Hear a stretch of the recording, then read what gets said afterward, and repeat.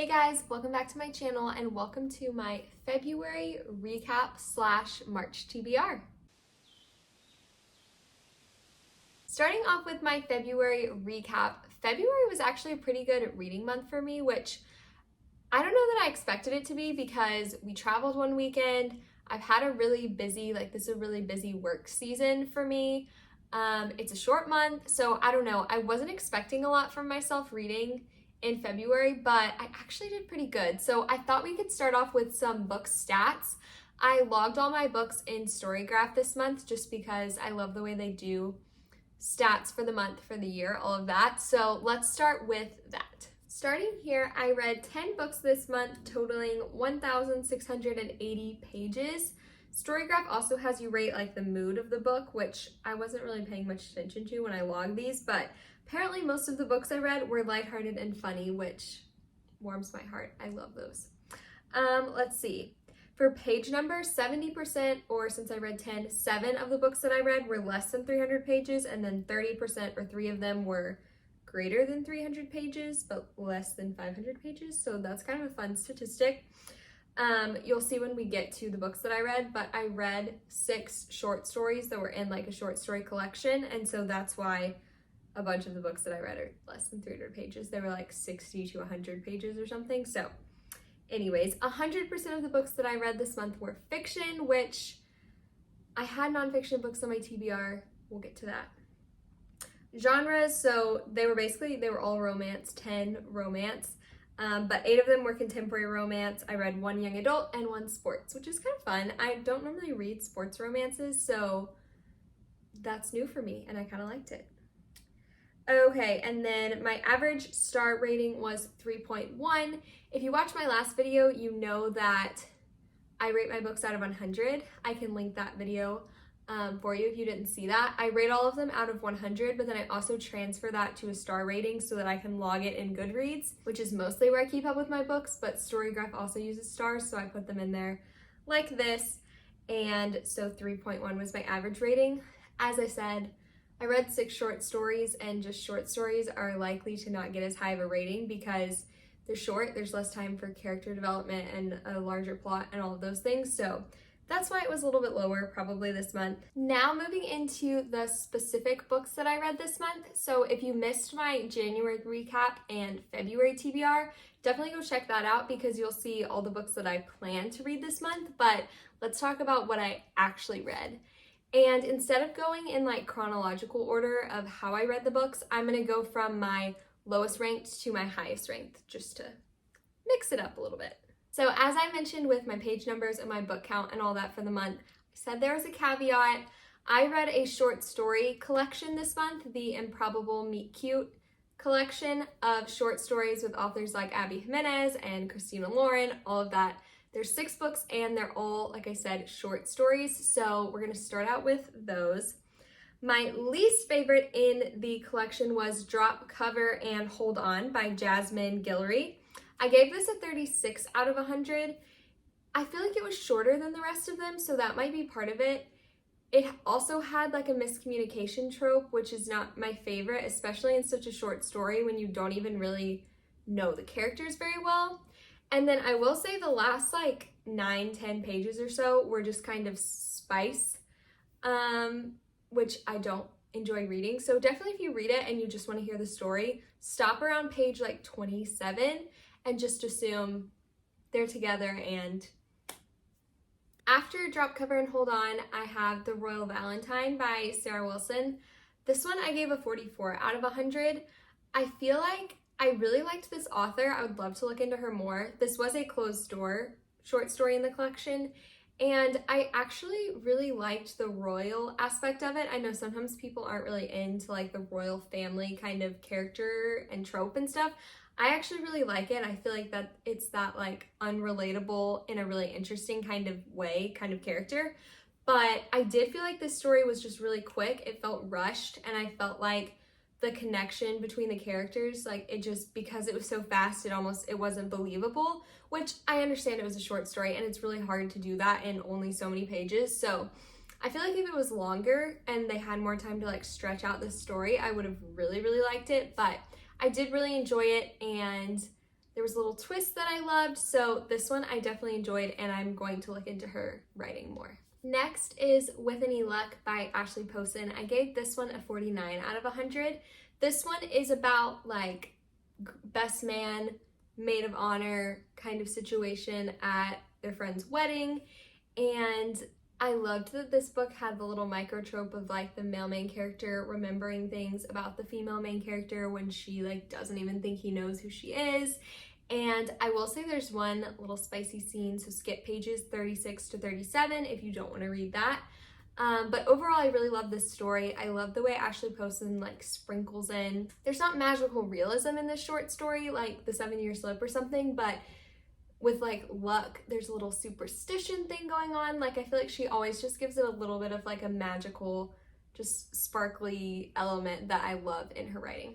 The next one is Rosie and the Dreamboat by Sally Thorne. This one I gave a 50 out of 100. I felt like the plot of this one just kind of drug on a little bit for me, even in a short story. Like it just felt like, okay, let's go. I don't know, maybe that's just me, but I did love the male main character in this book. He was so sweet, and there's kind of like a blind love kind of thing going on where they like don't see each other for a while, and I did not like the sister, but the male main character redeemed this book for me. He was amazing. This one is also closed door. Next is The Exception to the Rule by Christina Lauren. This one I gave a 63 out of 100, and this one is by far the longest of all of them. It's like over 100 pages, which all the others are probably more like 50 to 60 or so, I would say. But I loved this one. The first half of this one is in like email form. I think it's called like epistolary writing, so if you don't like that, you might not like it. But I felt like the emailing was like really fun. It was fast-paced. It was cute. The meet cute is really good in this one. I liked, which all of them have a cute meet cute that's like part of the story. I mean, part of the collection. And part of the collection is that they happen around Valentine's Day. So this one's like Valentine's Day starting in 2014 or something all the way until like 2026, which I really love the time jumps in it. It just made for like a really interesting story to get to see this like progression. I will say this one does have like allusions to not closed door things, but there isn't anything like explicitly not closed door in the book. So just a little note about that. And then my favorite book in the collection was Worst Wingman Ever by Abby Jimenez. This one I gave a 65 out of 100. This one, similarly to The Exception to the Rule, I really liked the meet cute in this one. It was just like so creative to me. And I also felt like the characters in this story had more depth, even for a short story. Like there were just other side characters and things going on besides just the romance that gave them more depth. I feel like some of the other short stories in this collection, it was like just the two main characters or only the plot of like the romance and nothing else going on. But I loved the way in this one, Abby Jimenez had like small other things going on that also contributed to the romance. I don't know, it was really good.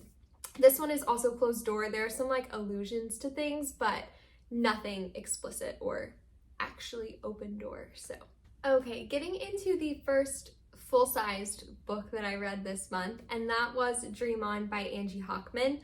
I gave this a 79 out of 100, and I actually found this book from my friend Bethany. I think it was one of her like closed door book recommendation videos, so I'll definitely link her down below if you're looking for more closed door romances, which this one is a closed door romance. This one is basically about Cass, and she's in an accident and ends up in the hospital, wakes up and has all of these memories of a boyfriend named Devin who none of her family know. His number's not in her phone. Like he obviously like doesn't exist, but she remembers him like so vividly and knows things about him. And so then she like goes on living her life only to one day like run into this guy and he actually exists. And so you're following like this story. I loved like the mystique in this romance of like, it's obviously not a mystery, but there is this aspect of like, what's going on? Why does she have these memories? Like this scientific, like just question of like, how did this happen? I love that part of the story. There's also a flower shop in this story, so it just feels like so perfect for like springtime if you're looking for a fun romance to read right now. Like I said, I really just loved the unique plot of this story with like her memory thing, and then also just Cass's like unique personal development as she like has this job and also went through this like traumatic experience and now has these weird memories and is just like grappling with changes in her own life. And she has, like I said, this job, and she's kind of realizing like life isn't necessarily exactly what I thought it would be, or I have everything that I want, but is this actually what I want? Like some of those I feel like 20s questions and just experiences that a lot of people have. And so I feel like that was really relatable and interesting to read about in this book too, apart from just the romance. Next is Meet Me in the Margins by Melissa Ferguson. This one is about Savannah, who works at like a book publishing agency, and she's a publisher, but she also has this manuscript and has aspirations to be a writer. And so you're kind of reading about her following this dream, also working her job. It's kind of a workplace romance, which I don't normally love or really like at all, like workplace romances, but I feel like this one is done really, really well. And this is also a closed door romance. It kind of reminded me of Book Lovers in a lot of ways. It's not set in like a small town like Book Lovers, but it just reminded me of Book Lovers. So if you liked Book Lovers, you might like this one, or if you think Book Lovers sounds interesting, but maybe you didn't want to read The Spice or something, I would definitely check out this one. Next is My Phony Valentine by Courtney Walsh. I also gave this one an 82 out of 100, and I really loved this book. This is a closed door hockey romance, so this is a sports romance that I read, which I've never really read sports romances, but I loved this, especially for the end of like winter time. It just feels really perfect for this time of year. But basically it's about Poppy and Dallas, and they meet in a coffee shop when Poppy just kind of, there's just like a situation and she calls him her boyfriend to like get out of an awkward situation, and he like goes along with it, and then they start fake dating for her like restaurant and for his like PR reputation with hockey. And so they're in like a small town outside of a big city. Like I just loved the small town aspect, but also the big city like hockey fame kind of aspect. The family, both of their families are really great. Like I just thought that this was a really, really sweet romance. And like I said, I liked the sports aspect of it, which I didn't know if I would really like that or not, but I found it really entertaining, and I loved Poppy and Dallas. And last, but certainly not least, because it was my top book of February, is The Do-Over by Lynn Painter. I gave this book an 87 out of 100. This was my first YA book by Lynn Painter. I tried to read one of her adult romances back in the fall, and I just didn't love it. It was too spicy for me. So this one I loved because I felt like I really got to see her writing style, the way she developed her characters, and the romance without all the physicality. I just really liked it. So something I really loved about this book was the magical like Groundhog Day repetition of Valentine's Day trope. So if you don't know what this is about, basically it's about a girl named Emily. She's in high school and she wakes up on Valentine's Day, has a really bad day, and then the day just like repeats over and over again. And something that happens every day in this like repeating day sequence is that she hits in her car this guy's car named Nick. And so you kind of see this romance start to develop over and over the same day between them. I loved Nick and Emily together. The like nostalgia of like a high school romance. I hadn't read, I guess, a young adult romance in a while, and it just really felt like what I needed. So a really quick count to finish wrapping up February. I had was it five? I guess I had 5 books on my February TBR, which was Practicing the Way by John Mark Comer, Holy Hygge by Jamie Erickson, The Do-Over, My Phony Valentine, and then the whole Improbable Meet Cute collection. I read 3 out of the 5, but I guess if you count the collection as 6 books, then I read way more. But basically, I read 3 out of the 5. I didn't get to my nonfiction books. I'm gonna save Holy Hygge now for like next fall because it's such a like cozy fall wintry thing, and now that we're getting into spring, I just don't feel like it's the best time to read it. But all that being said, let's get into my March TBR. Starting with nonfiction books, because I am planning to read at least one this month. Practicing the Way by John Mark Comer, so this was on my February TBR. I actually started it a couple days ago, so I'm like halfway through it now. It's so good, so I am planning to finish this one in March. Next up is Educated by Tara Westover. This is a memoir all about like education and how this girl like didn't grow up going to any like no education, and how she turned out. She like went to college, all of this stuff. So I feel like it'll be really interesting as a teacher and also just as a human being. So I have this on audiobook and I grabbed a copy from my library, so I'm planning to like listen, read, all of that. I'm really excited about this one. And then last on my nonfiction TBR is The Gifts of Imperfection by Brene Brown. This book my counselor actually recommended to me, and it's been really interesting so far. She does a lot of work on like shame and vulnerability, courage, all of that stuff. And so I feel like it'll be really interesting, one, just because I love psychology and like learning about how your brain works, but also for my own like personal work with my counselor and like all of that. I think it'll be really helpful and really insightful. Okay, for my fiction TBR, I actually have 7 books on it this month, which plus my 3 nonfiction, 10 is kind of an ambitious TBR for me, but I am a teacher and March is spring break, so I am hoping to have a little bit more time to read this month. So starting out with another hockey romance that I want to read, and that is The Golden Goal by Anna Conwell. I actually found Anna Conwell, the author, on Instagram. I just like stumbled across her page and saw that she writes closed door romances, and so I picked this one out to read. I'm really excited to read her writing and read another sports romance. And another sports, specifically hockey romance that I'm planning to read this month, I already started it, is My Lucky Charm by Courtney Walsh. So this one actually just, I think, came out, and it's the second in the series after My Phony Valentine, so it's like an interconnected standalone. The first one is about Poppy, and this one is about her sister Eloise. So again, it's a hockey romance. It's set around like St. Patrick's Day, which I think is kind of fun because St. Patrick's Day is not like a super popular holiday or anything, but I still think it's fun to like do something for the little holidays and have like a book to read around it. I don't know, maybe it's just the teacher in me where you like celebrate small, silly holidays, but I'm really excited to finish this one in March. Next is 10 Rules for Faking It by Sophie Sullivan.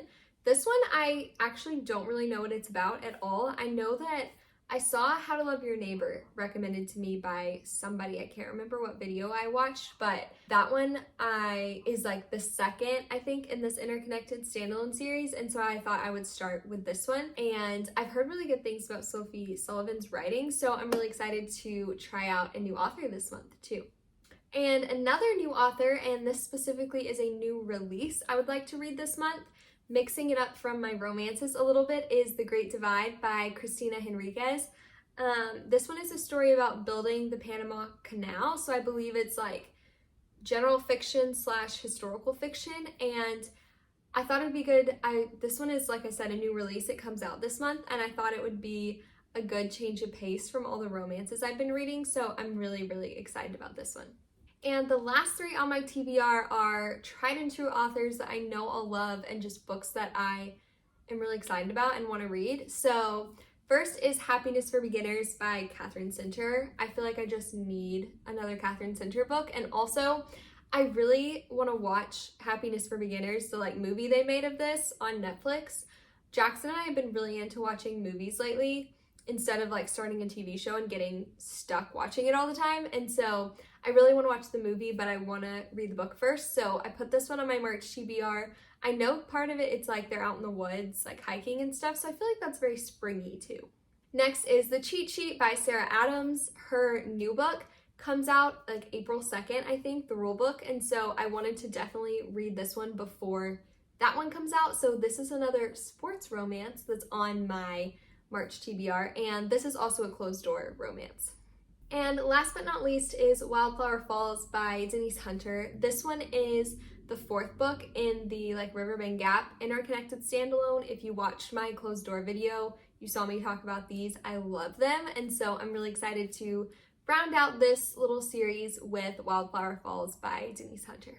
Okay, and that wraps up my February recap and March TBR. I hope you guys enjoyed, and let me know down in the comments what your favorite book from February was and or what book you're really excited about reading in March. I love to hear what you guys are reading and loving. So as always, thank you guys so much for watching, and I will see you in my next video. Bye, friends.